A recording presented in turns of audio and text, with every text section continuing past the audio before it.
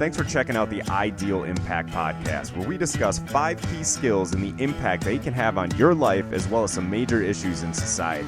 You ready to get after it?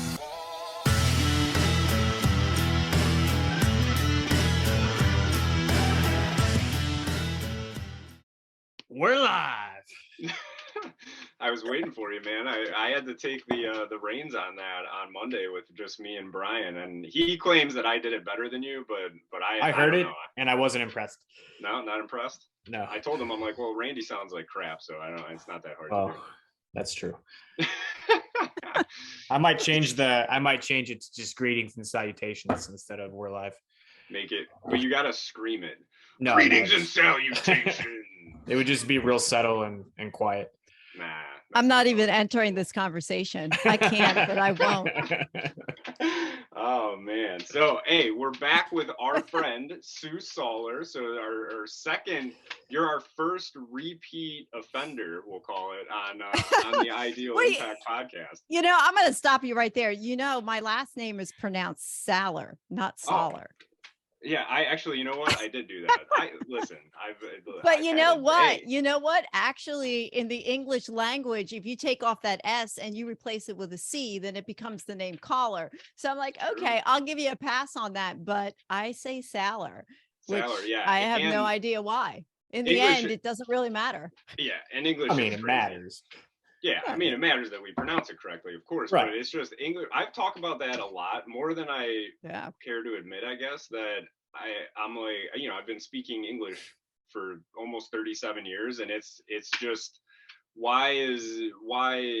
there's so many different nuances and everything. I'm like, I had a hard time trying to learn Spanish. I don't know how people learn English after they've already like established a primary language. It's one thing if you learn them together, but I don't have a good answer for you, but I just, put you off on a different trajectory. So you got to keep going down the path there. I do that. That's the problem when you put 3 podcast hosts in a room. It becomes very interesting quickly. Very good point.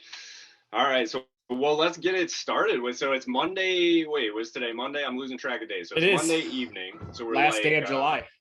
Yeah. Oh yeah. July 31st. August is already upon us. 2023 has absolutely flown by. So, we're I guess technically a day and 3/4 into the week again, right where Brian and I were when he and I recorded. So, what's either something that you've done right so far, maybe over the weekend or so far today, and or a win, but something positive to just share with everybody. Sue, why don't you kick us off since you're the guest of honor tonight? Well, thank you. I'm honored.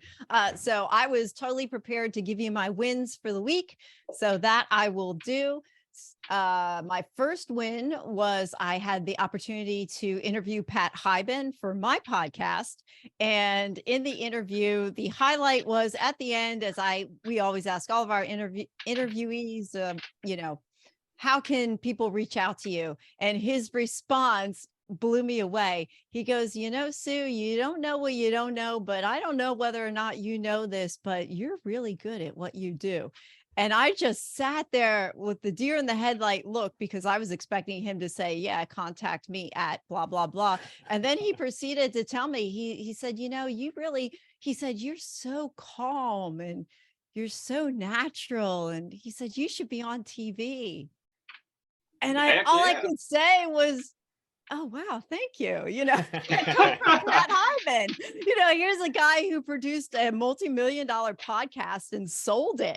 And he's telling me this. And so that kind of blew me away on that. And, to anybody listening, when I release Pat's, I don't know when this is going to be released, but Pat's podcast comes out mid-September. So when that's released mid-September, please go listen to that. It was very interesting.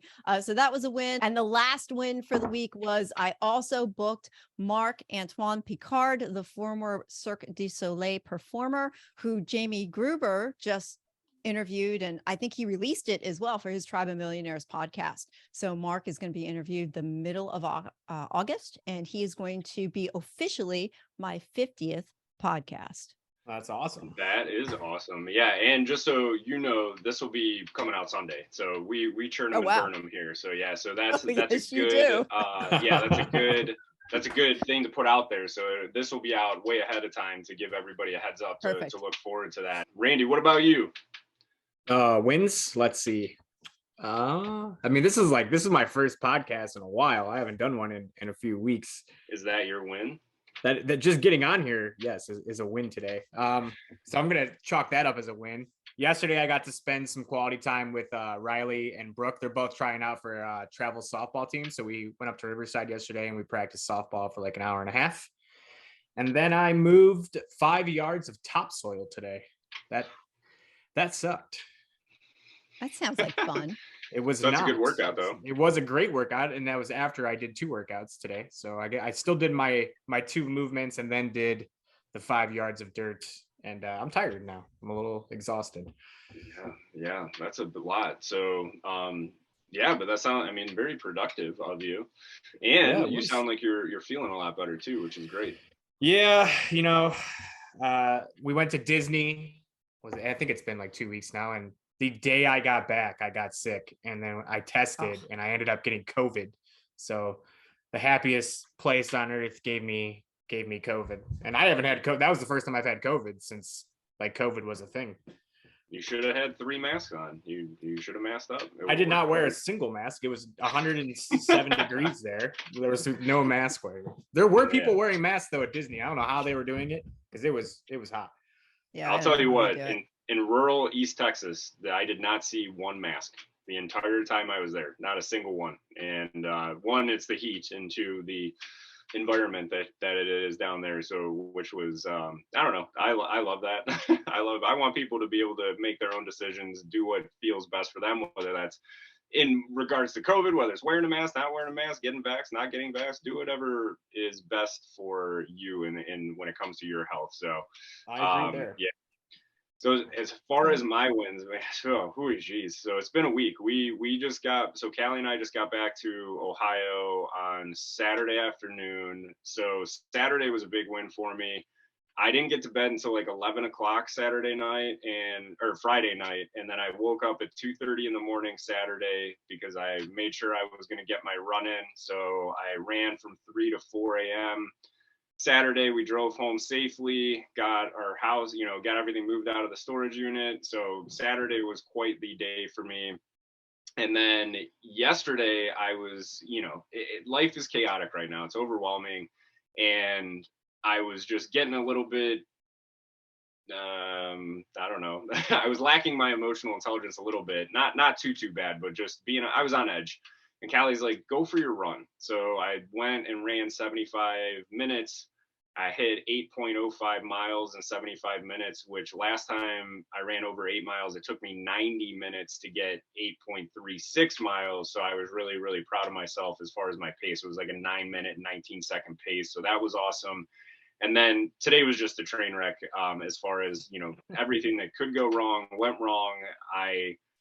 We lost power at 3 a.m. It's still out. So I'm at my parents recording this podcast now, which is good to be home. If this would have happened in Texas, we would have had to reschedule. So it's nice that I'm not too far from them. So we did that.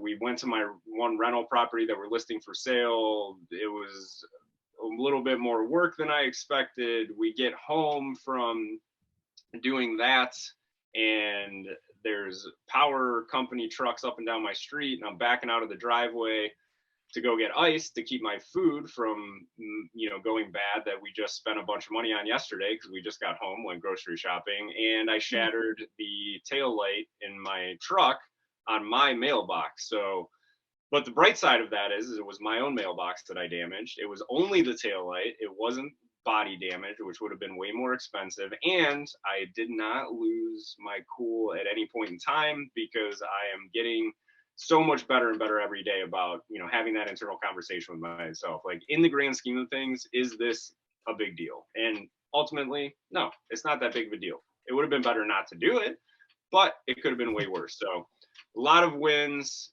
even wins in some negative situations, and that's what it's all about, is finding those wins no matter what. So it's been a good start to a good weekend and good start to the week so far overall.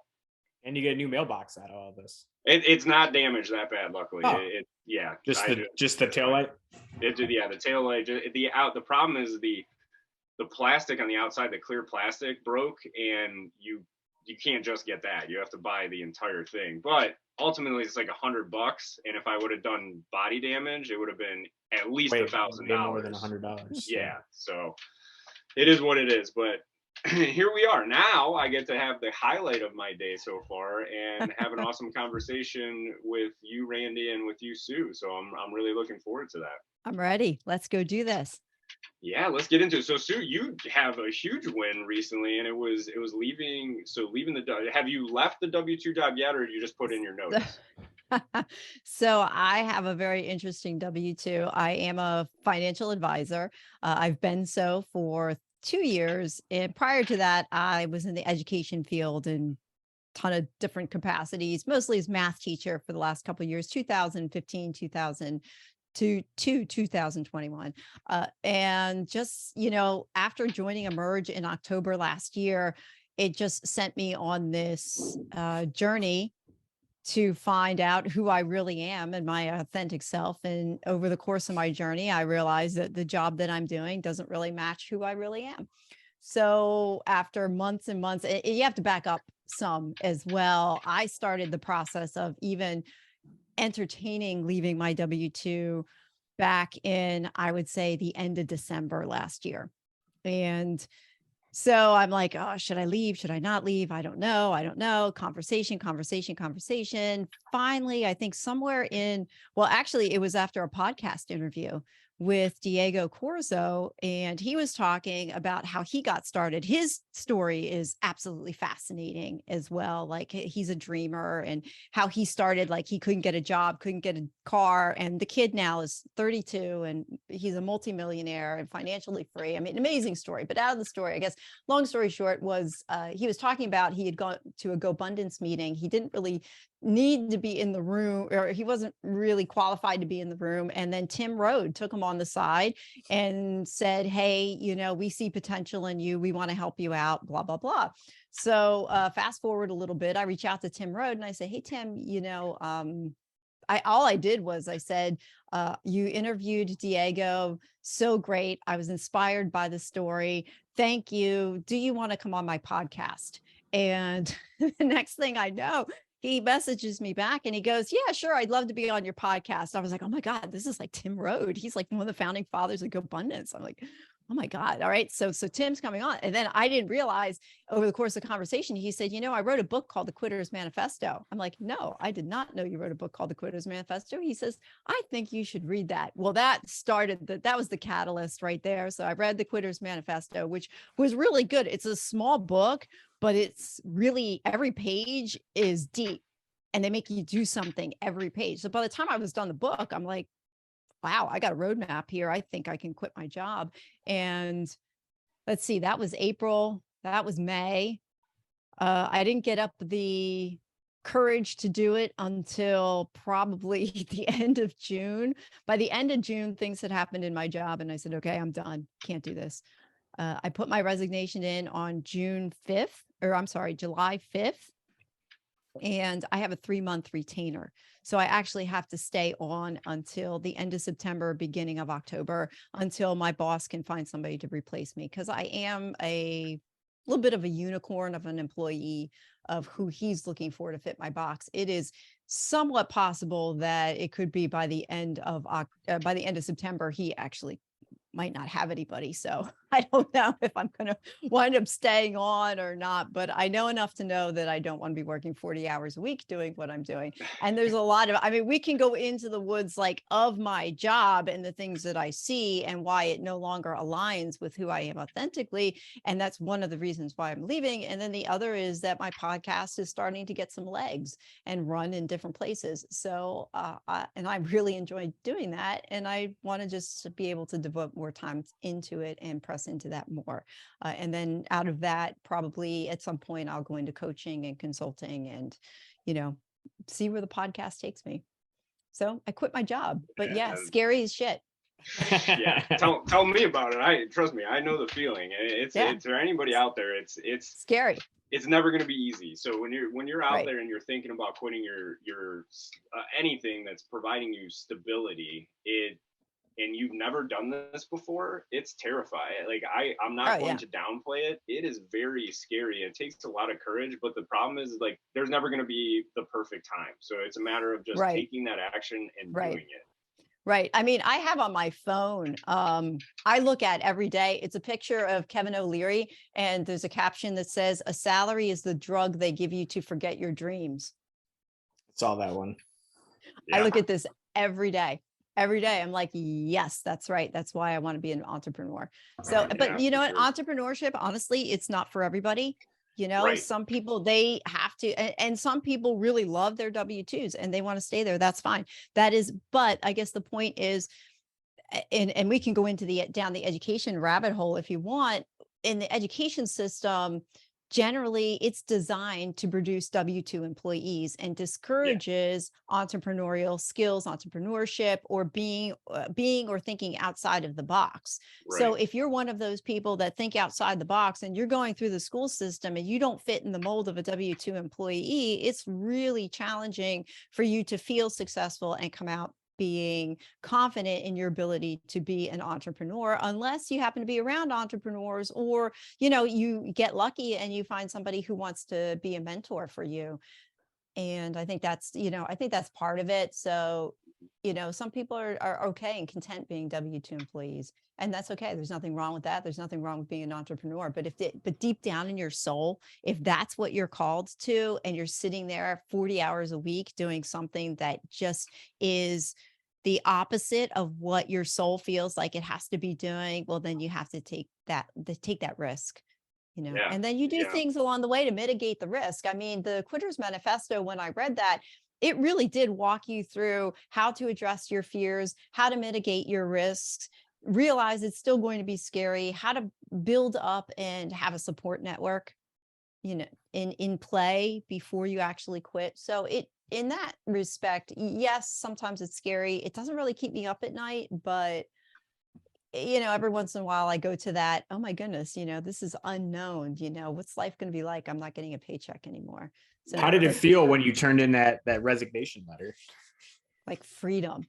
Freedom. It was like, yeah, you could play the Rocky music in the background. You know, I mean, awesome. that's really what, at first I was, well, actually I told my boss, it was, I think 2:00 in the afternoon. And I called him up and I said, can we get on a video call? I said, I have something I have to tell you, because I didn't want to just do it on the phone. And I'll admit, I was sweating. It was hard. It was hard to do because I felt bad. I felt bad for him, honestly. I mean, here's a guy, and you have to know a little bit of backstory too. You know, at the time he hired me, I actually was a teacher who was trying to get a contracted position, was unable to get a contracted position. And I was starting to freak out because at that point I was, I think, 48. And I'm like, oh my God, nobody wants me. I'm not going to have a job. I'm going to die destitute. I have no pension, blah, blah, blah. So I was having those kind of scarcity mindset conversations with myself because I couldn't get a teaching position. And so my boss, who was also my financial advisor, who I've known him for 20 years, he knew my struggle. And he says, oh, you know, I know you're a teacher. I know you're a math person. He said, I think you'd make a really good financial advisor. So my final year teaching was not a contracted position, but rather a long-term substitute position. That year, I not only worked full time, but I also studied at night to pass my SIE exam, which is the basic securities industry exam. So I passed that first. Then I studied at night to pass my Series 7 exam. So by the end of the school year, I had passed those 2 exams. The school year ended. I then studied for and passed my Series 66 exam, so that I was ready to go when I started in July of 2021. So I was working full time and studying at night Yeah. to pass my exams. It was a long day. So he gave me a shot, you know, like he put a lot and, you know, in his defense, there was a lot of work that went behind it to hire me. I mean, it's not just when you become a licensed financial advisor, investment advisor representative really is what I'm called, with the proper licensing. I mean, there are, I can't even describe it in a short amount of time. All the paperwork you have to go through, all the, appointments you have to go through, all the make sure you're licensed in all of the states that he deals with. It's just it probably took me a year to be properly onboarded, and it took almost a year and a half to get me to the point where I could do all the things that my boss does to be cleared to do everything. So it was a hard process. It wasn't easy, that's for sure. Yeah, And so absolutely. I felt bad, but I'm like, every day I'm doing my job and there's a part of me that's dying. And I'm Yeah, like, do I stay in my part? Do I stay here and die just because I'm going to make them feel bad if I leave? No, right. so. And so a couple things that you said in there. So first, if you want to make them feel really bad, you'll ask for your job back and then quit in 5 months after they hire you back on, like I did. That conversation was rough. And I was so thankful for the opportunity to go back and everything like that. But like you said, if it's killing you inside, it's really hard to grind it out. And we talk about discipline and everything like that, but it was just one of those things. You have to have intentionality behind your discipline. And something that you just said in there really stood out, Sue, and it reminded me of David Goggins and his cookie jar. When he talks about going back into your cookie jar and pulling things out of it, there was that time in your life where you had to rely heavily on discipline when you're working full time and you're studying for those exams and then you're going past those exams. I mean, that's one of those things that now you can look back on, and when something's crazy is going on, you can go back and say, hey, I did that. Like, I pushed through that crazy time. Let me pull from that and say, hey, whatever's in front of me, which right now is going to be entrepreneurship. Like, if I can do that, I can do this. Like, I'm okay. I'm going to be fine. So that definitely, going back and pulling and recalling those times where you really lean heavily into that discipline makes other things seem achievable. It's like, hey, Right. Well, I've done all this I hard launched, stuff. right. I mean, I launched a podcast working full time as Right. well. And you edit everything on your own, which is crazy. I do. Yeah, I do. I I still do everything on my own. I produce my podcast. I obviously interview everybody. I do all the behind the scenes, and I also maintain my website. So I built my website and maintain my website. So so I'm still running all that stuff too. What? It's funny. It doesn't feel like a lot. Sometimes it does, but sometimes it does. But when you're doing things that you like, and that's where it comes to that intentionality, right? It's like I'm doing things that I love, so it's much easier to be disciplined. It's when you're living out of alignment, like you were talking about, that discipline piece becomes really challenging. Like, it took me a lot of discipline at the end of my W just to show up, just to be signed in at the end of the day. Like, that took an extreme amount of discipline for me. Yeah, that's happening now. Yeah, that's happening now. Yeah, I'm having a really, really, really, really difficult for me to show up for my job. I mean, I give 100% to everything. I give 110% to everything that I do, but it has been increasingly challenging. And then now I'm tasked with writing down all the things that I do and coming up with the SOPs, or the standard operating procedures, for everything that I'm required to do so that they're in place for the next person. So I'm writing my job as I'm leaving at the same time and going through all this. And I thought, oh, okay, I made more work for myself by quitting than I did by staying. But it's okay. It sounds like you have senioritis. Yes, I do. Yeah. I do. This month flew, I have to say. But here's the interesting thing about quitting. Now, they say when you do go to quit your job, you really should be quitting into something or having something in place. And it's a fine line between being controlling and having something in place versus trusting the process and having the faith to have things show up when you least expect it. So what I mean by that, so I've been building my podcast and I've been questioning, like, how do I monetize this thing? And that's been a question I've put out there, spoke it out there. And so it's been floating around for a while. And I still didn't know. And I quit my job, still not quite knowing. And I had a conversation, it was with Pat Hyben. He's like, so what are you doing for income now that you quit your job? I'm like, I don't know. I still have an income until October. I'll figure it out. Right. And But within those couple of weeks, I was approached by somebody. So I'm helping them build a company from the back end out because I have skills that do that. So that materialized. And then I had somebody reach out to me about website design to do consulting. So that kind of materialized.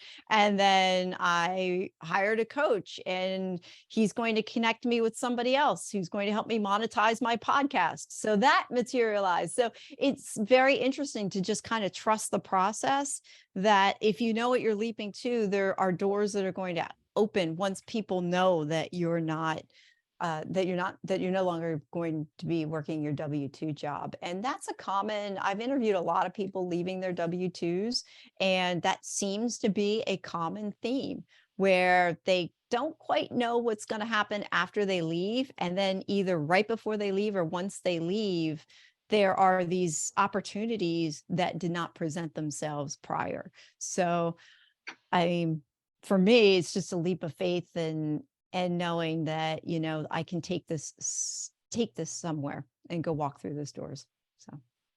So what are your feelings on, like, you put in a lot of work to become a financial advisor. Like you said, you did a lot of studying, you had a full-time job, you had to pass a lot of tests.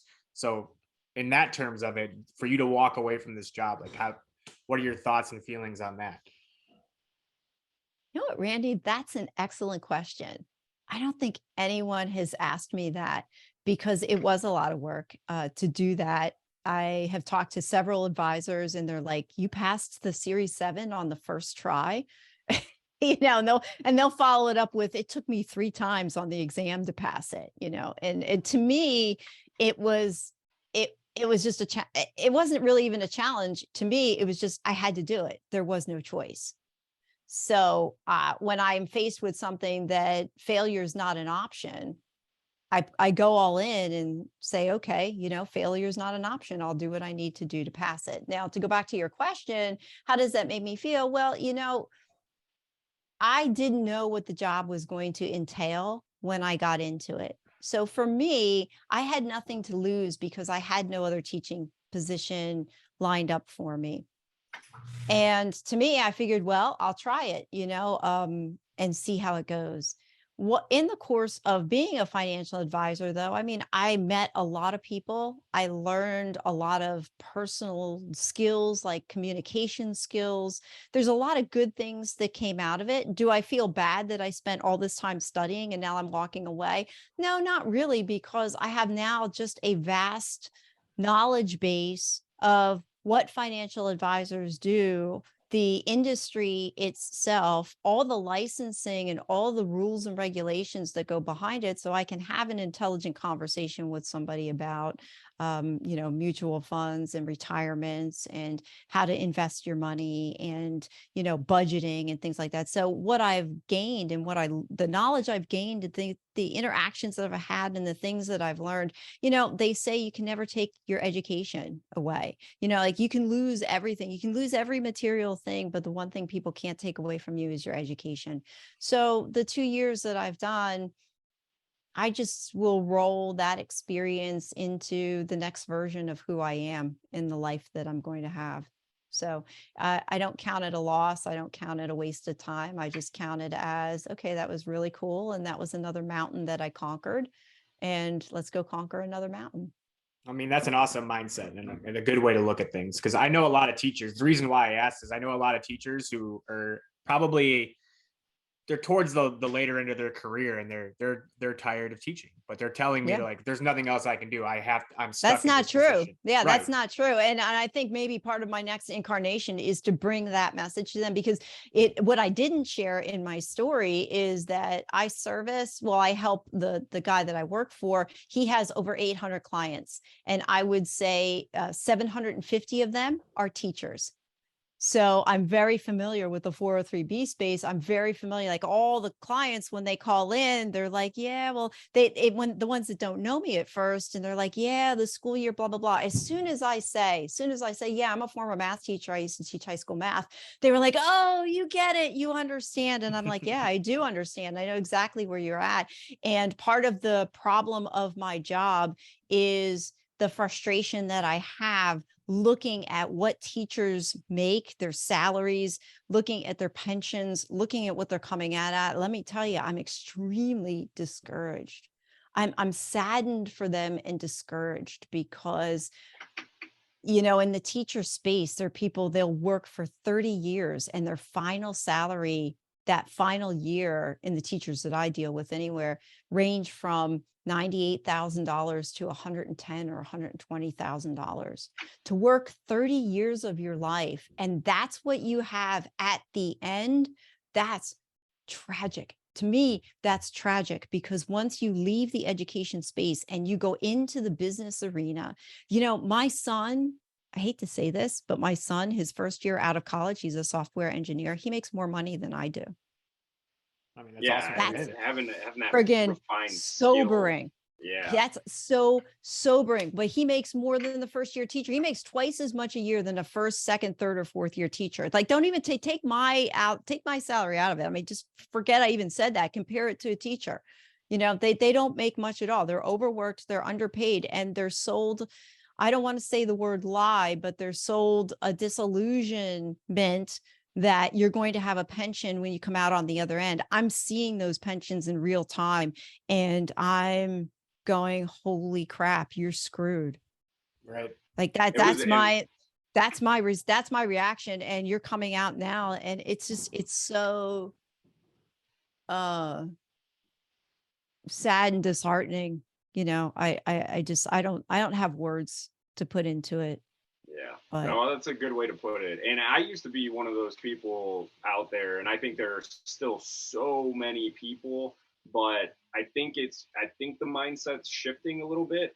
But I used to be one of those people that thought teachers, like, oh, you're going to complain because you make, you know, let's say just $70,000 a year to not work in the summer and have holidays off and have this long break. And then I became very good friends with Randy and got a much better of understanding of the flip side of the coin. And I'm like, you guys don't make enough money to deal with all that stuff. Like, no, and the politics, you know, yeah, I mean, and right. it's not even the kids anymore. It's the politics, it's the parents, it's the nonsense. I generally go against the grain. I'll put it this way, if the administration told me to do something this particular way, my question was why? And they don't like that. They do not like that. They would just want you to jump and do it that way. And I don't do that.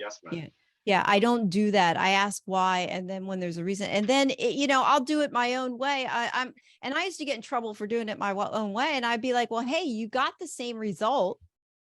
Like, you got the result that you wanted. I just didn't do your method, and I was twice as, you know, I got twice as many results. Like, why are you on my case for it? And they don't like that. So I think that's the more appropriate comment. Well, it goes, I mean, what you just said there, it goes against the entire way that I perceive the education system. So if I solve an equation differently than you taught me to, why is that wrong? As long as I'm getting the correct outcome, then why is that wrong? But wait a minute, you're talking to a former, wait a minute, you're talking to a former math teacher. You can't do that.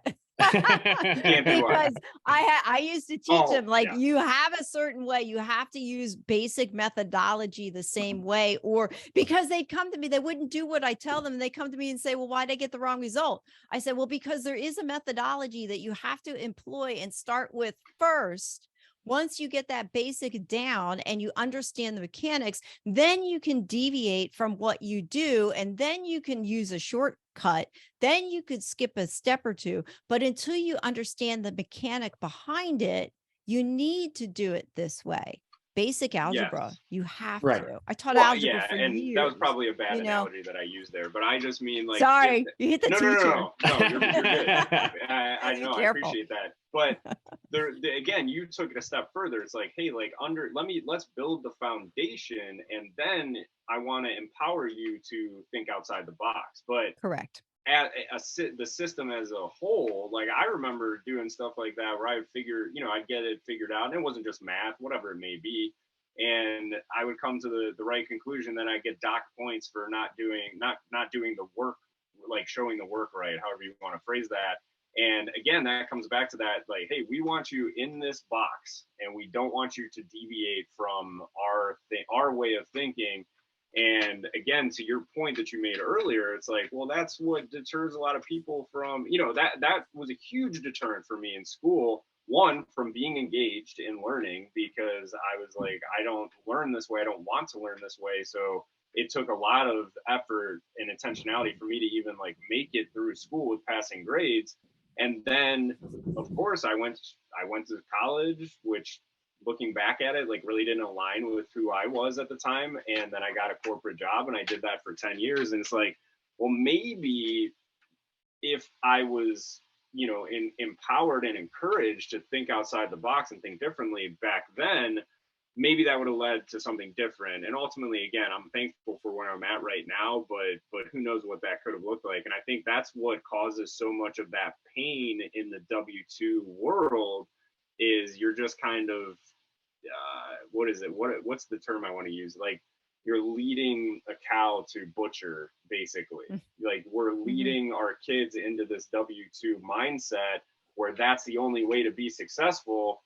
And then you live this life of pain because that's not who you were. It's the same pain that you experienced in school. The same pain that I experienced in school from a mindset perspective was the same pain that I experienced at my W-2 job.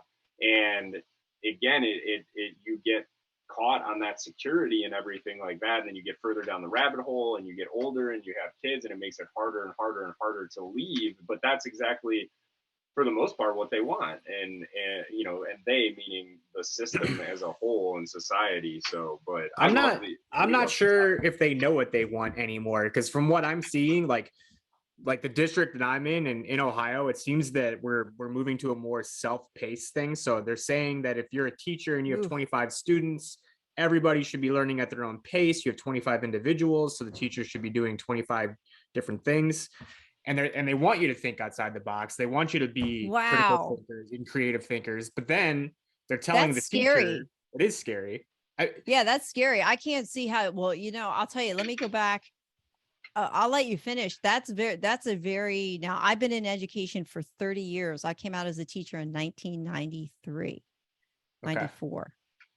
So this is recent change. I would say Yeah. since COVID, this is how it's been. So like in my district, they will take. How do you mitigate that in your what do you teach? I teach health and PE. Oh, okay. So, I would just love to have a conversation with a math teacher on how you mitigate that. It's challenging for all of them. I see it. I can't imagine. It's literally the kids are on their devices by themselves. So like you go into your classroom, there's a checklist of things that you have to work on, and they are pretty much just working by themselves on their device. And then the teacher will call up small groups and work with those small groups. And like they're probably doing like block timing now. So they're setting maybe 90 minutes aside for math. And that's what they're doing for 90 minutes. And if a kid blazes through that, then they just play games on their device the rest of the time they're in that math block. That's like a homeschool model almost. It's my kid. It's weird. There's a whole bunch of. Okay, there's so much there to unpack there. So yeah, I mean, from a learning perspective, when it's good and bad, like there's pros and cons to it, because if you have kids that are able to grasp something faster than others, I think it's perfect, for them, so that they don't get bored. And there's ways that you can use that in the classroom to help others, to help kids help other kids. That's hard. From a teacher perspective, that's hard. That's hard to foster that. That's hard to grow that in a classroom. It takes a lot of work. I did used to do a hybrid of that when I was teaching, but I mean, I could see where you could do that, but no, but way back in the day, I would say mid 90s, when I started, there was homogeneous grouping. Everybody was grouped according to their ability, and you had that class, and that's what you did. And, in a lot of ways it worked really well because everybody was on the same page, and everybody move everybody through at the same pace. And I don't think there's necessarily anything wrong with that. But, today, the self-paced environment, for homeschooling, it was great. I mean, I homeschooled my kids over a 15-year time span. My oldest son, when he was in 7th grade, I would hand him, this is your to-do list for the day. He'd go down and start at his desk. I kid you not, 6:30 in the morning. The kid was done everything by 10. I checked all of his work. It's perfect. He went and played the rest of the day, called it a day. I mean, and Awesome. he did a full, like a full day's worth of work. You know, we're talking math, science, social studies, English, the other specials that I would throw in there. He had Bible and he just burned through them, and that's what he did. And I'm like, you know what? Okay. And the kid graduated, you know, he's almost done his doctorate and graduated first in his class. And, you know, he knew he certainly wasn't a slacker. That's for sure. So, Yeah, and I think there's so much learning to be uncovered in play. So that playing sure. itself can be an incredible learning experience. So that's just one thing to point out there too. Like when you're outside and playing, learning about, you know, playing with bugs or playing with a magnifying glass to start a fire. That's all science. Like there's so many ways to learn, and it doesn't just have to be done in a classroom. right. One thing, I mean, that's an issue that we're dealing with in schools too, because they want to structure everything. Like they want to structure playtime. You can't Right. structure playtime. No. It should be fostering creativity. Like that's what Right. it's for.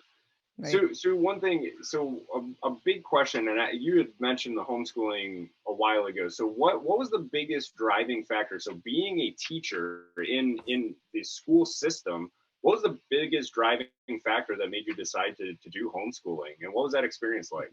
Yeah, there were a few. So you have to rewind. Just to put it into context, my kids are now 21, 24, and 27.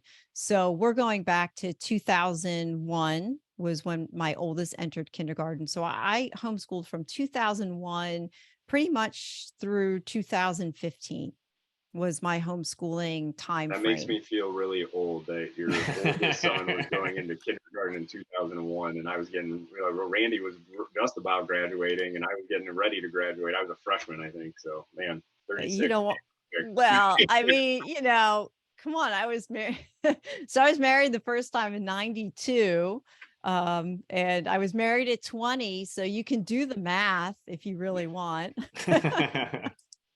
I'll drop it fast. I'm 51. So we'll just go there fast. So why did we homeschool? So my ex-husband, who's dad to all three of the kids, and we were married 24 years. He also is a teacher. He's a science teacher and I was a math teacher, and we lived in a district. And at the time, you know, we were Christians, and all of my Christian friends were homeschooling their kids. And we looked at what was going on in the school system, and we realized that we were the ones, we wanted to educate our kids. We wanted to instill our values onto them. We wanted them I didn't want somebody else to raise them. So I was fortunate enough to be able to stay home, and it was hard on one salary, I'll tell you, but we managed, and it was a sacrifice that we made so that I could stay home with the kids and raise them and be the sole influence on them. I wouldn't trade it for anything. It was one of the hardest 15 years of my life. I'm glad I did it. I really am really glad I did it. My kids will say when they were in it, they didn't want it. And now that they're on the backside of it, say they were glad they did it. So I'll throw that in there. I mean, they eventually did go to school. I mean, my oldest went to a private school for 9th through 12th grade, and it was perfect for him. And then my other two, when the one hit 9th grade, he went to the local public school. And then when my daughter hit 7th grade, she went to a scholars program for 7th and 8th, and then wound up going to the high school. So I did homeschool them up through 6th through or 9th grade, and realized at that point I can't give them what they need when they hit the high school years. So why did we choose to do it? The school system we were in wasn't that great, and like I said, we wanted to raise them. And not only that, I had kids, and everybody's kids are special in their own ways, right? So my oldest son in 4th grade was reading on a high school level. So there's no way, we realized that there was no way he could get the education on the level that he required through the current school system. There was just no way. So I was able to keep him a couple of grade levels ahead of his actual age. And then my middle one was in the beginning was diagnosed dyslexic. And I don't think it would have been caught if he was in the school system. So I had the opportunity to sit next to him and help him through that and reverse that. And then my daughter, same thing. She was never on grade level. She was always above grade level. So it just didn't make sense to put them in the school system when I knew I had the ability to teach them and come up with the curriculum that they needed and be able to challenge them and keep all those plates, spinning. Although I knew a lot of people who were not teachers who were better than I in many capacities in homeschooling their kids. So teaching is not a requirement to homeschool. Did you still find ways to get them out there with their peers socially? Oh gosh, yeah. No, socialization. That was the big thing. I have to tell you, that was the biggest. My family was like, oh my God, they're not going to be socialized. They're going to crawl under, they're going to not be able to talk to people, and they're going to go in a cave and blah, blah, blah, blah, blah. No, it's far from it. Actually, my middle son has like 1,000 Facebook friends. I mean, like, he's just so social. It's not even funny. And my other two are great too. But the way they got their socialization is there are so many homeschooling groups out there, and our church had over 125 homeschooled families. So we got together every Thursday. My kids were in the cohorts. They were hanging out with their friends. I would always take them to opportunities where they could interact with adults and other people. So it wasn't, socialization was never an issue. I mean, I don't think it would matter right now anyway, with the current structure of a classroom setting, with them just sitting on devices and teachers are being told that they're not allowed to do whole class instruction. So really? Yes. Eliminate whole class instruction. Yes. That's tragic. I'm sorry. But, that's picture tragic. like a music class where there's no whole class instruction. Like, they're taking, and they want every teacher to do it the same way. They're telling us that students learn differently. They need to learn at their own pace, and there's different ways that they can learn, but you can only teach it this way, which doesn't make sense to me. So if we're trying to be, I wouldn't make it. I wouldn't make it. I mean, it's difficult because like I teach PE, and they're telling me that I'm supposed to not do whole class instruction. I'm like, well, how do we play a game? And so it's an argument. Is life run that way? See, I think this is one of my biggest problems with the school system. It's a complete, absolute, utter disconnect from what reality is. That's the problem with the school system. There's a complete disconnect. And I think what I would love to see happen is and I might do this yet, so this is just formulating in the back of my mind. I would love to see high schoolers take disc profile tests. I would love to see that be part of the system. And the reason I think I say that, and Kyle, you were talking about it, how you came out of school and you're like, I went to college. I don't even know what I wanted to do. I came out of college. I wasn't quite sure what I wanted to do. So you got a 17, 18, 19-year-old, they're graduating from college. They don't know what to do. They have no idea what's going on in the inside. And you've got all this, Facebook garbage and all this other stuff out there that's telling them what they think they should be. And that's not even reality. Give all these kids a disc profile, go figure out. I have a 62-page disc profile on me that took me 20 minutes to take. And you know what? That was so scary accurate. I'm reading this going, oh my gosh, this thing must have actually known who I was. It was that accurate. Everybody on the face of the earth should have that. And then when they figure that out, they should be handed a roadmap. I have to put a plug in for my friend, Tim Rode. He founded a nonprofit called One Life Fully Lived. And he developed, and they take it to schools. I mean, it's in certain pockets in certain places, and it's called the One Life Fully Lived Roadmap. And it just walks kids, it walks adults, and there's a student version. It just walks them through a vision for your life. And it looks at 4 different gardens of how you cultivate these areas of your life in order to overcome adversity and be successful and be what you're called to be and to live in your authentic self. So I think disc profile coupled with a curriculum that's like that, I think you could revolutionize education and make it and put things in there that don't put things in the curriculum that actually mirror real life. And I could tell you a story. I mean, do you want to hear my story about the kids and not knowing how to buy a house? So That sounds You want that interesting, story? So Yeah. my final year teaching, I taught algebra 1 and I taught algebra 3 trigonometry. And it was the COVID year. So my kids, I had juniors and seniors in 2 of my classes. And that year, the first 3 months, everybody's out in Zoom land. So I had to teach to, a whiteboard and kids on a screen like we're doing now.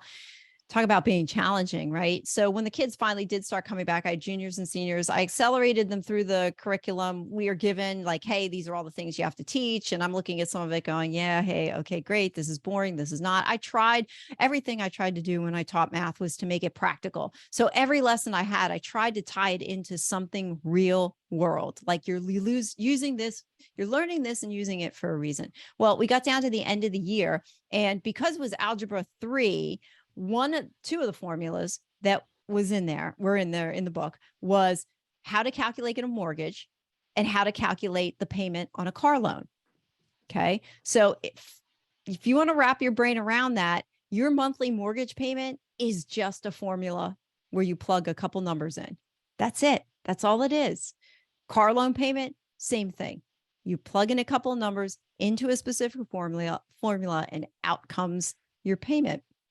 So what I decided to do, I'm like, I can't have these kids. I was into Dave Ramsey. I've done Financial Peace University and taught it for almost a decade. So I was very familiar with that curriculum and, making sure you have enough money to do the things that you want to do to fund the life that you have. So I figured, well, wait a minute, I've got this golden opportunity in front of me of teaching these kids how to calculate a mortgage by hand, how to calculate a car loan payment by hand. Why don't I make this a senior project? Because I had to come up with some senior project. So what I did was this. I said, okay, here was your project, you guys. They had to go find a job. They could pick any job they wanted. They had to research the job. I told them where to find the information, get a yearly salary. Then they had to go onto Zillow, find a house, buy that house with a 30-year mortgage at 20% down. And then they had to go and find a car, buy a car, and they have to put all this information into a slideshow from being compilated. I mean, it took them a couple of, probably 2 weeks to do it. I gave them 2 weeks to do it. So they had to buy the house, buy the car, find the job. Oh, yes. And I made them come up with a budget. So I walked them through how to do a budget.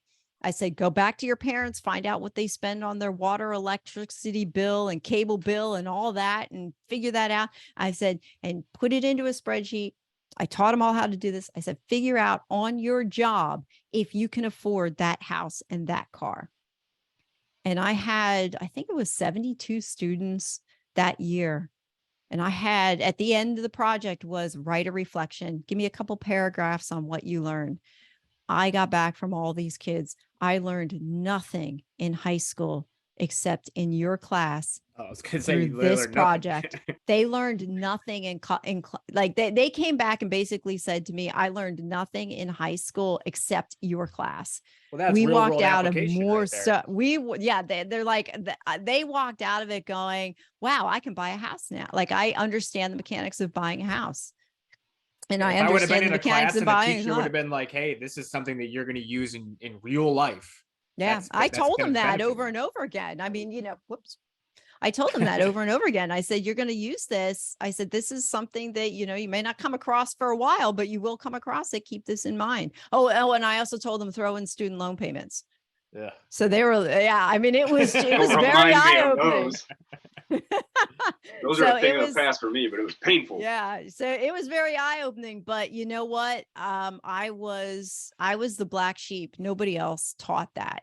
Like it wasn't part of a regular curriculum. No, but that's what they need. They need that's stuff what like they that. need. That's right. That's right. They should be taught how to do a tax return. They should be taught how to buy a house. They should be taught all that stuff. And none of it is being taught. And I think that's tragic.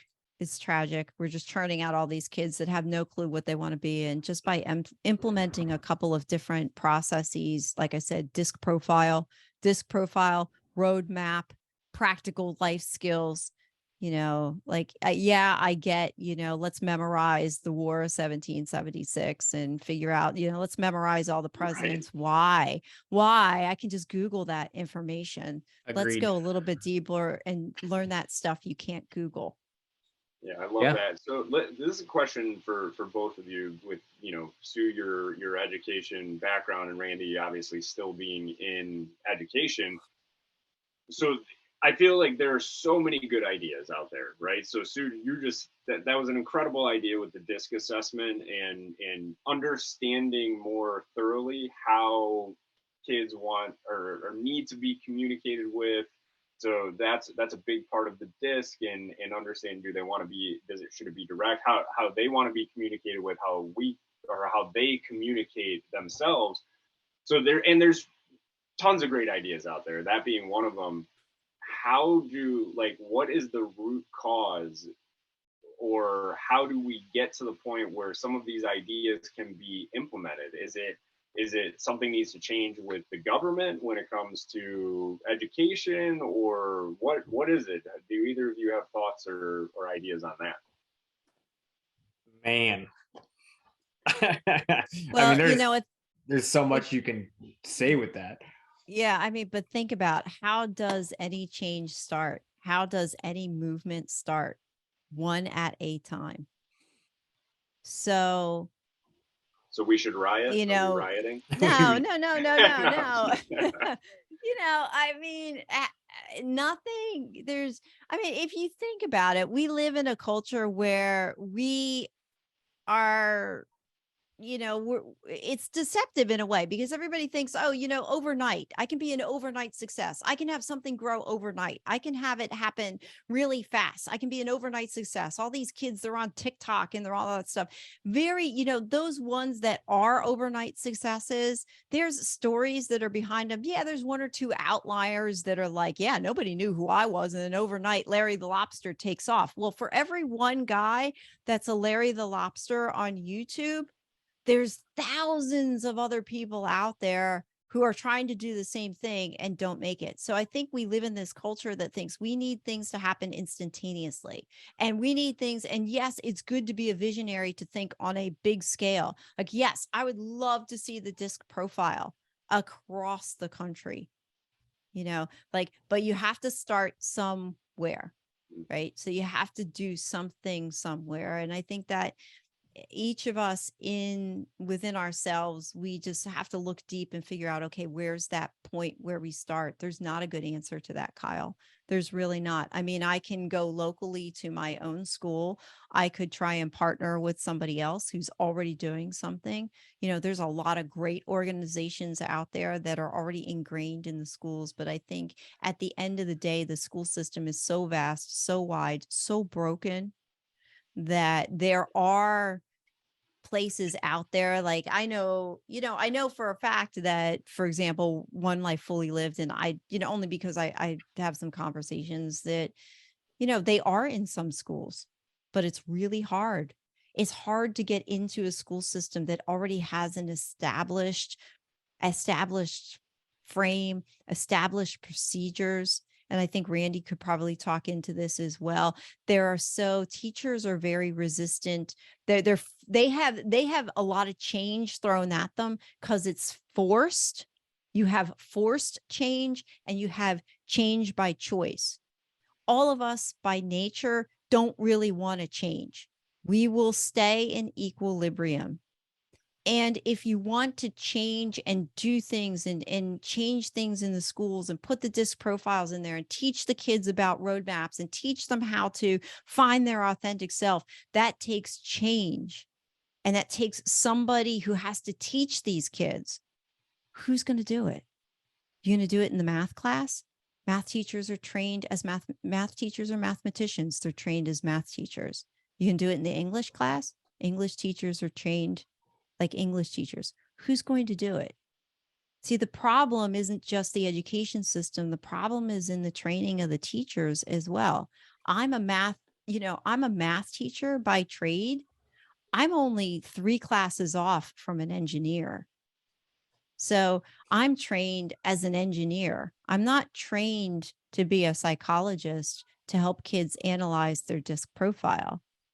So it's not going to come into my classroom unless I take the initiative and I decide that that's what I'm going to do and put it on me. But a lot of teachers, if you've been doing the same thing for 20 years, you're so burned out because you have to deal with all the other nonsense. I don't want one more thing, you know? Yeah. And where are you going to put that it? makes sense. Where are you going to put it? And not only that, then they cry, well, you know, who's going to pay for all that stuff? Yeah. So I think so you're up against it's a big, hairy system. And not that it can't be done. I think it just, there's a strategic way to do it, one place at a time. I don't know. I mean, I'd love to see it. I think that's what's lacking. Kids and kids come out, they have no idea what they want to do. Well, no kidding, because there's nothing in school that helps them discover and find out and really dig down deep on who they really are. If I had a disc profile when I was in high school, would have changed the trajectory of my life, because I would have understood who I was at the core, and it would have put me on a path that would have been different. Now, with that being said, my experiences happen for me, not to me. So everything that's happened in my life up until this point has just been writing my story that brings me to this point where I am today, that allows me to help people in my experiences. So I don't regret my past, but I'm just saying it could, Right. Well, we should learn from the past, and we should make Sure. it a better process. Like Sure, education sure. hasn't changed in how long, and yet It's the society same. is changing. Yeah.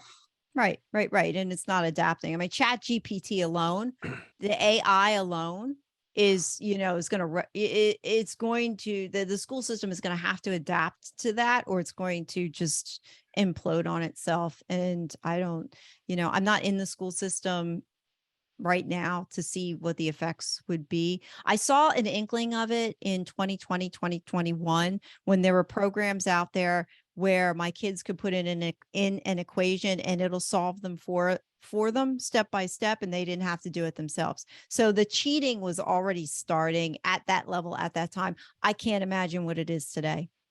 Yeah, I can't imagine, because they won't, like, why even bother trying? Like, why should I learn how to solve an equation when I can stick it in? And when number one, I don't see any reason why I should learn how to solve an equation. And number two, I can just plug it into plug it into Chat GPT and it's going to solve it for me. Why should it? So that's the problem. That's where education's going. Education has to teach kids to answer the question, why am I learning this? And then pique the curiosity to go after, to find the deeper questions under why it is that they're doing what they're doing in the first place. Because if you don't have a why do it?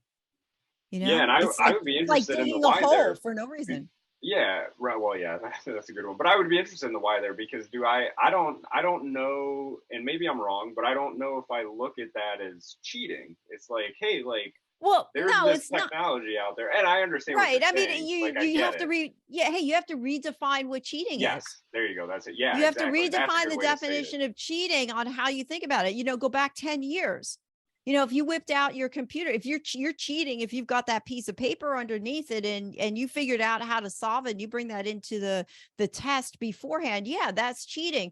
But if you fast forward to today, and the goal is to solve the equation, but there's tools and technologies out there that do it for you, then you have to re-ask the question, is it cheating in the first place? Why are you learning it? What's the objective of what you have to learn?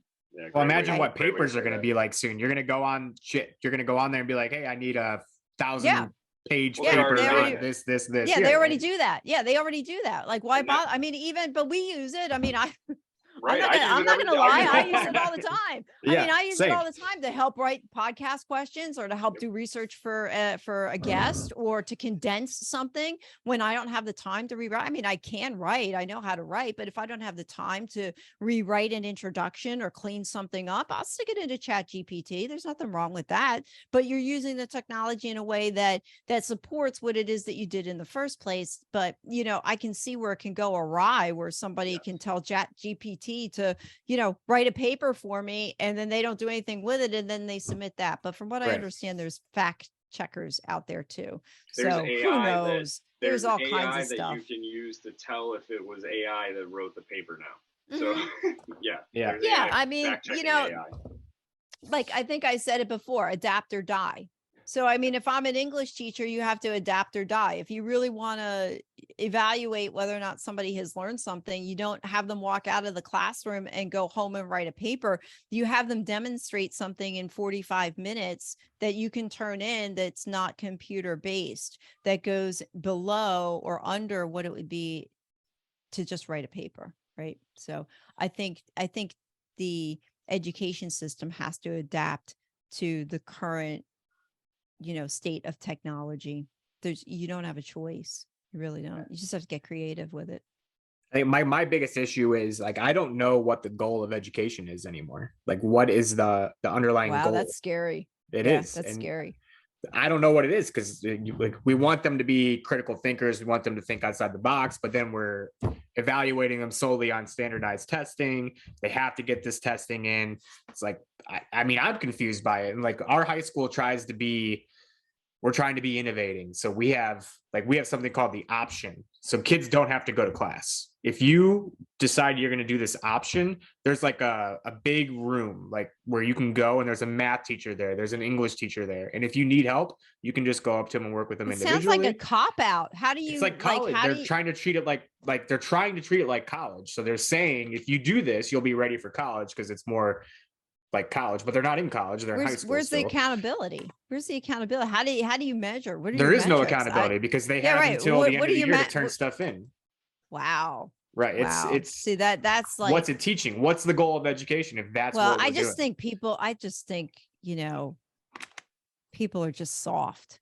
Like Yes, today, I like agree the there. kids are just soft, soft and wafy, and and actually Pat Hyben and I were talking about this the other day, and Pat, I love Pat.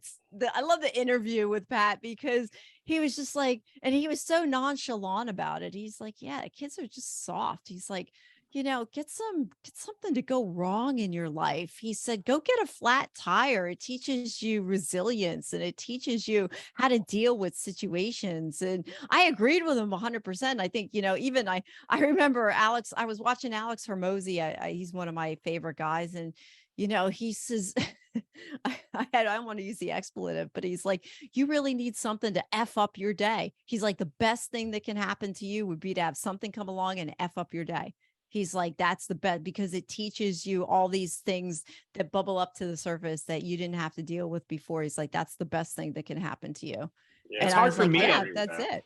It's hard for Yeah. me to blame the kids, though, because I think it's more on the parents. Like, parents don't Oh, sure. put their kids in situations now where they want to do everything for them, and they're always there. Yeah. They don't want their kid to fail. They want to Their kid's protect them. perfect. Yeah, they don't Right. want them to. Yeah. Well, I think that's the, the fallacy of failure. Like, we used to, I grew up in it too. Like, oh my goodness, you don't want to fail.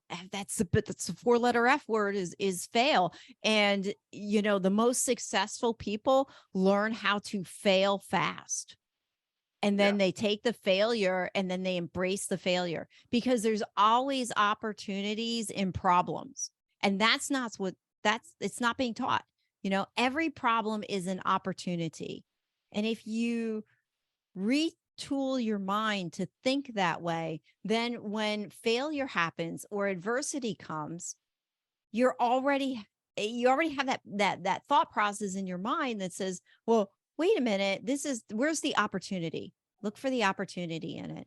And a lot of agile I believe it's in agile, is fail fast, fail hard. And that's just, it's just what you do. Like, fail fast, okay, fail fast, learn from it, and then go on to the next thing. And failure's a part of life. It's part of the process. And I think what we did was, over these decades, and I would say decades, because it was in me too, failure was villainized. Oh, and yeah, it was for seen sure. as still is. something, and it still is, and it's seen as something that you don't want to have happen to you. And I think that's the message. Part of the message that has to get out there is failure is a good thing. Right. Yeah. And I think two things that stand out in what you guys were talking about there is, one, so I mean, I agree with you.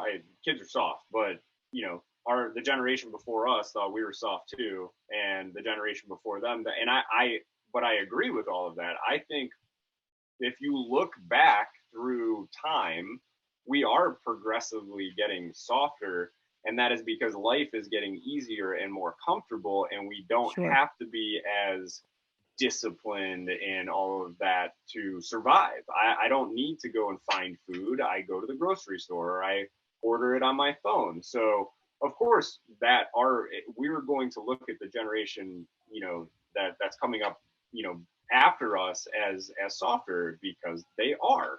And I think that's part of the beauty in being somebody who, am I softer than my grandparents? Sure. Yeah. But now, comparatively speaking to most of my generation, I think I'm quite the opposite. And so there's comparative to this. And I also think that stuff like that eventually leads to the downfall of societies. Like, as they become softer, at some point, that's got to give. Again, hard times create strong men create good times create weak men, that whole cycle. I always come back to that, because if you look back at the history of men, and men being the human race, it's true. You get a really good thing and life gets easy and comfortable, and you take everything for granted. Well, shit's going to hit the fan at some point, and that cycle is going to repeat itself. And again, that's why it's so important to look back at history and learn from it. And then the other thing that stood out in there, if I can remember it as I'm dragging on this sentence to refresh my memory, I don't remember, honestly. Well, while you're thinking about it, I was going to ask if have you guys ever seen the movie WALL-E? Oh yeah. Yeah. That's what I was thinking. As I was saying that, Randy, I was thinking. That's going to be, that's like our future. Yeah. And when I saw it, oh my gosh, I was going to say, I took my kids to the theater to see that. Like, I don't know if you guys watched it on the reruns, but I actually saw it in the theater. I forget when it came out, but when it got to the end with all the fat people sitting on the cars, slim, and at the time that we saw it, I don't know, when did WALL-E come out? I don't remember. Early. It had my kids were small. I saw it with my ex-wife. It had to have been maybe 2010. Yeah, it was a while ago. It was before all this Facebook stuff, and everybody had their, face plastered to a phone. It was really early on, and I remember watching the end of that, going, "Oh my gosh, I could see that coming." Because it wasn't really a reality. Yeah, it really wasn't a reality. It wasn't really a reality. Yeah. And then fast forward to today. I mean, I haven't seen it since I saw it there, but I still remember the last scene at the end. And I mean, this is what we turned into. And what is it, like, 15 years later? Yeah. And it's happening. I mean, we're literally seeing it happen. In real time. And it's through the food, it's crazy, because I'm joking when I say that, but literally go to Walmart and look at, and are there some people that are handicapped that need a cart to get around? Yeah, but there are a lot of lazy people out there that haven't taken care of themselves, that are extremely overweight, that have to use those things to go buy their junk food at the store. And it's laziness. A lot of it comes down to laziness. You can tell me otherwise, but I don't believe you. But I remember the one thing that, Randy, so you said, like, you don't know the point of education anymore, the education system. And I agree with you, but this should be the point, is setting them up for success in that next chapter of life, whether that is college for them, or trade school, or starting their own business. That what it should be. We don't need to make it complex and convoluted and all of this stuff. That's what it should be. But oh man, and it used to be that. So when the education system started, you were basically going to go, work in the Industrial Revolution in some capacity. And that's exactly what that education system was designed for. Right. Well, now there are so many more things, but we're still teaching them to that mindset and that skill set. And that's not setting them up for success in the next steps of life, because life is so much different now. There are so many more complexities. There's social media, and there's all of these things that are going on in the world that kids aren't prepared to handle, because we're not teaching them to be. And that's a big thing with, like, I think teaching them to prepare for the mental portion, the emotional portion, is so key, because we're not doing that. And now they're on social media, and you've seen this rapid spike ever since social media got big in depression, suicide, all of these things, because kids are not educated to handle those situations. And we haven't evolved to handle those situations yet, because look at the world up until the Industrial Revolution. It really didn't change much from the beginning of time. It was very similar. And then all of a sudden the Industrial Revolution took off, life changed drastically, very rapidly. Then the technological revolution started, and life changes every single second now, where there's new technology and there's new things to worry about. And it's like, I get this new social media platform. It's like, oh my God, like today is so much different than yesterday. But if you go back to 1800, the day before was pretty much the same. Like the world hadn't really changed much, but today it's just so crazy. And not only kids, but us as adults really just aren't, evolved to that rapid change yet. And that's why it feels so chaotic, I think. Right. I think Now, go ahead. Oh, no, I was going to say, do either of you guys know why the school year is usually from September to June and you have the summer months off? Yeah, it was for farming, the harvest. Yeah. It was for the harvest. Yeah, Yeah. it's for the harvest. We're still on the agrarian society system, which is like, really? Why? Well, now what's that we start school we have earlier air what's now, the point? so that right. Yeah, well, they start school. I'm in South Carolina, and they ended mid-June. They go back on Thursday this week. They get That's they way get an earlier 8. than us. Yeah, that's an 8-week break, and the teachers down here are not paid much at all. No, I I've seen mean, their pay scale.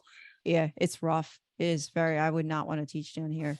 I know they always want to start us earlier so they can get more face time before the standardized testing. That's the big thing. Like we have to start earlier so that we can see these kids more to get them ready for this one test that we're going to take in May. Which is sad. Let me ask you guys, what's the one ideal skill that you think is, now they're probably all missing, but what's the most important ideal skill that you think is missing in the school system? Well, I know what Randy's going to say. No, you don't. You've said it like 3 or 4 times on the show before. All right. Yes, discipline is missing, but no, that's not even what I was saying. I was going to say accountability. Well, accountability is also missing, but emotional intelligence, they're all missing. It's hard. Yeah, they're hard. All. Like my biggest issue is like, what's the saying? There's too many chiefs.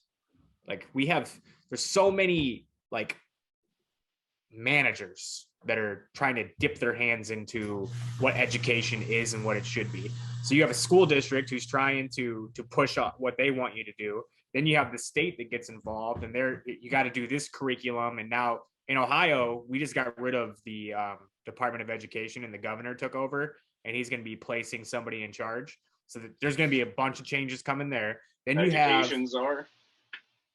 then you have the national aspect of it. So whatever the national education is saying, and they're pushing down on you. So you have teachers you have your state standards, you have the national standards, you have whatever your district wants you to do. We have the normal curriculum they're teaching. We now have the social emotional standards that teachers have to teach. So in my class, I have my regular standards. I have all these initiatives that the school district wants me to do. And now I have social emotional standards that I'm supposed to be teaching. So I have to do like stories about, okay, this happened to you. How would you respond to this? So I'm pretty much being a psychologist along the lines of also being a PE teacher and a parent and a coach and whatever else I'm supposed to be doing while I'm in there. It's just, there's too much for me to have to do. And like one of the things that Kyle always talks about is, you said that the school should have firearms. Like we should bring that back. And like, I don't know when we would do it. Like we have there's so much on our plate right now. Like they keep adding crap to it. And we're like, if you're going to add something to it, you have to take something off. You just can't keep adding. Right. It's everywhere. I had that same argument at my W-2 job. I almost slipped up there. But at my W-2 job, it was constantly more. And I asked that at one point when I was a leader. I'm like, when are we going to ask them to not do something that they were doing before? We're constantly asking them for more. And we're not taking it away. Of course, people are going to get burned out. Of course, people aren't going to want to work in this organization anymore because it's ridiculous. So that's my piece on that. But my biggest thing goes back to what Randy brought up, is intentionality. What is the intent? It seems so conflicted right now that part of the intent is critical thinking, but part of the intent is teaching to a standardized test. So the intentionality it hasn't been clearly defined in a long time, I think. So we're not lining kids up for success typically, for the most part. Are there people that fit into that system still and thrive in it and do well? Yeah, absolutely. But there is, the intentionality hasn't caught up with where the world is yet. And that's going to be harder and harder to do, because the further so now, right? So it's kind of like the army. So the army is always training for the last war. So before we went to Iraq and Afghanistan, we were still doing jungle tactics, because that was really the last war, was Vietnam. And Desert Storm, it really didn't last very long, so we didn't learn a whole lot from it tactically. But now you're in the same situation with the education system, is we're training for the last thing, and now the world is changing so rapidly. By the time you get caught up, you're already way behind. And it's just, again, a lot of these situations and societal issues that we talk about, is there's no easy solution to any of this. But what we can do is continue to have really good conversations, not with people with multiple ideas on both sides of the aisle, if you want to call it, whatever that topic may be. If we have those deep, meaningful conversations and try to understand and not come up with our solution, come up with the best solution, we can start to move the needle forward. But that's a whole other issue in itself, is the communication piece that's missing in society and the world today. So, well, you brought up a good point with the intent. Like, I usually do, Randy. My problem is, like, my thing is, there's too many intents. Like, there's the intent of the district, there's the intent of the state, there's the intent of the nation. So you have all these intents, and they don't mix. Like, they're not aligned. It's because, and it stems from piss poor leadership. Like, our curriculum director is trying to do one thing, but he's pushing what he wants us to do, but then you have the state pushing what they want us to do, and they don't align at all.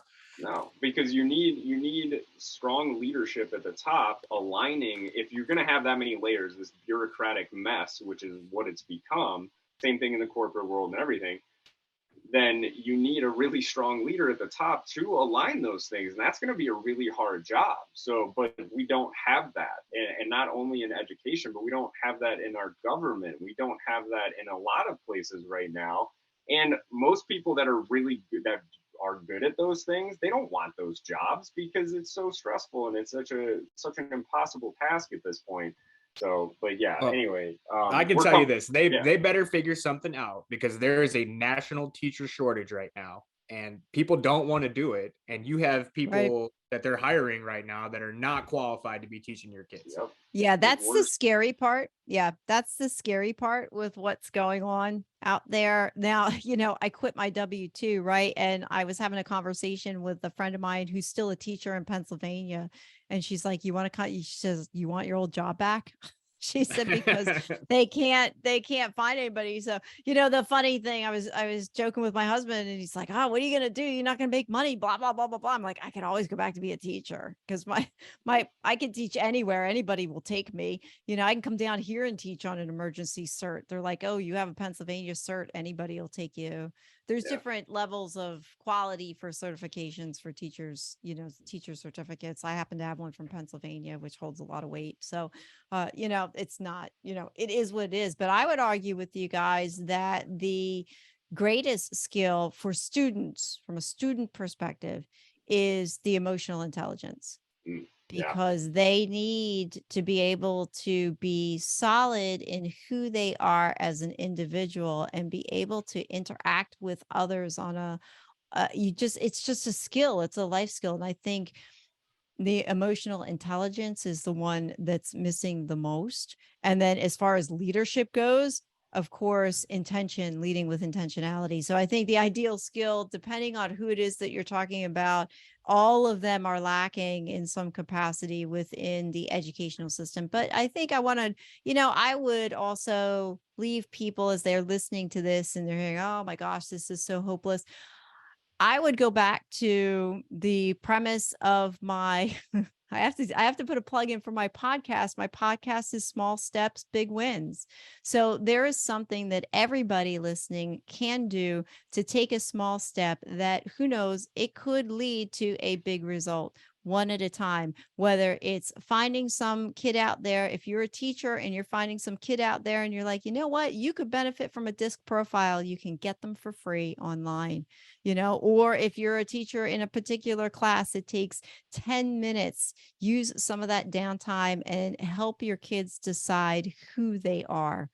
Or if you're a parent and you're homeschooling, go find the One Life Fully Lived roadmap. It's a great curriculum to use. From me personally, being a homeschooling parent, I would have used it if I had known about it when my kids were in school. It wasn't around when my kids were in school. So, and you don't have to be in school and you don't have to be a teacher to do it. I actually bought my own copy just to see what it was like. It's fabulous. I worked through it. So I put my own personal plug in it. But what I want to leave everybody with is that everybody can do something. So don't become overwhelmed or discouraged in thinking that there's nothing you can do. Everybody can do something, and you can take something away and change the trajectory of somebody's life. If not yours, somebody else's. And if we all did that, we could have a major impact on society and the world in general. If we all did that, just those little small things to have major changes, like you said, Sue. So this has been awesome. Randy, anything before we turn it back over to Sue to let people know where they can connect with her? Nope, Sue, it was awesome. I enjoyed the conversation. I can't agree more with what you just said. Ignoring the problem is not going to fix it. So small steps will lead to big wins. Well said. Hashtag small steps, big wins. So, Sue, I don't know if it's people... Go ahead. I was going to answer your question, one podcaster to another. I knew it was coming. So you can find me on all platforms. It's Small Steps, Big Wins podcast. So I put out a new episode every Sunday. You can also check out my website and get in contact with me through there. My website is www.suesaller.com. That's SUESALLER.com. And I think those are the two best ways. I mean, obviously go to my website and there's a button on there that says Let's Connect, and you can send me an email through there and I will definitely get back to you. But please listen to my podcast, leave a review, and take a small step that leads to a big win. Yeah, check it out, everybody. It's been great. And there's an episode with Randy and I on there as well. So make sure to check that one out. Don't beat us up too bad on it. Randy, anything that we already did that, right? We did. All right. Well, Randy, it's on you then. All right. Bye. Hey everybody, if you liked what you heard today, please check us out on Instagram, Facebook, LinkedIn, and Twitter. And don't forget to head to Eventbrite and grab one of the 10 tickets available for our monthly Ideal Connect call. Then when you're ready to take the next step, message us on any of our social media pages to book a free coaching consultation call to see how we can help you start living your own ideal life. Thanks again for all of your love and support, and always remember, you have everything you need to achieve success. It's just a matter of believing.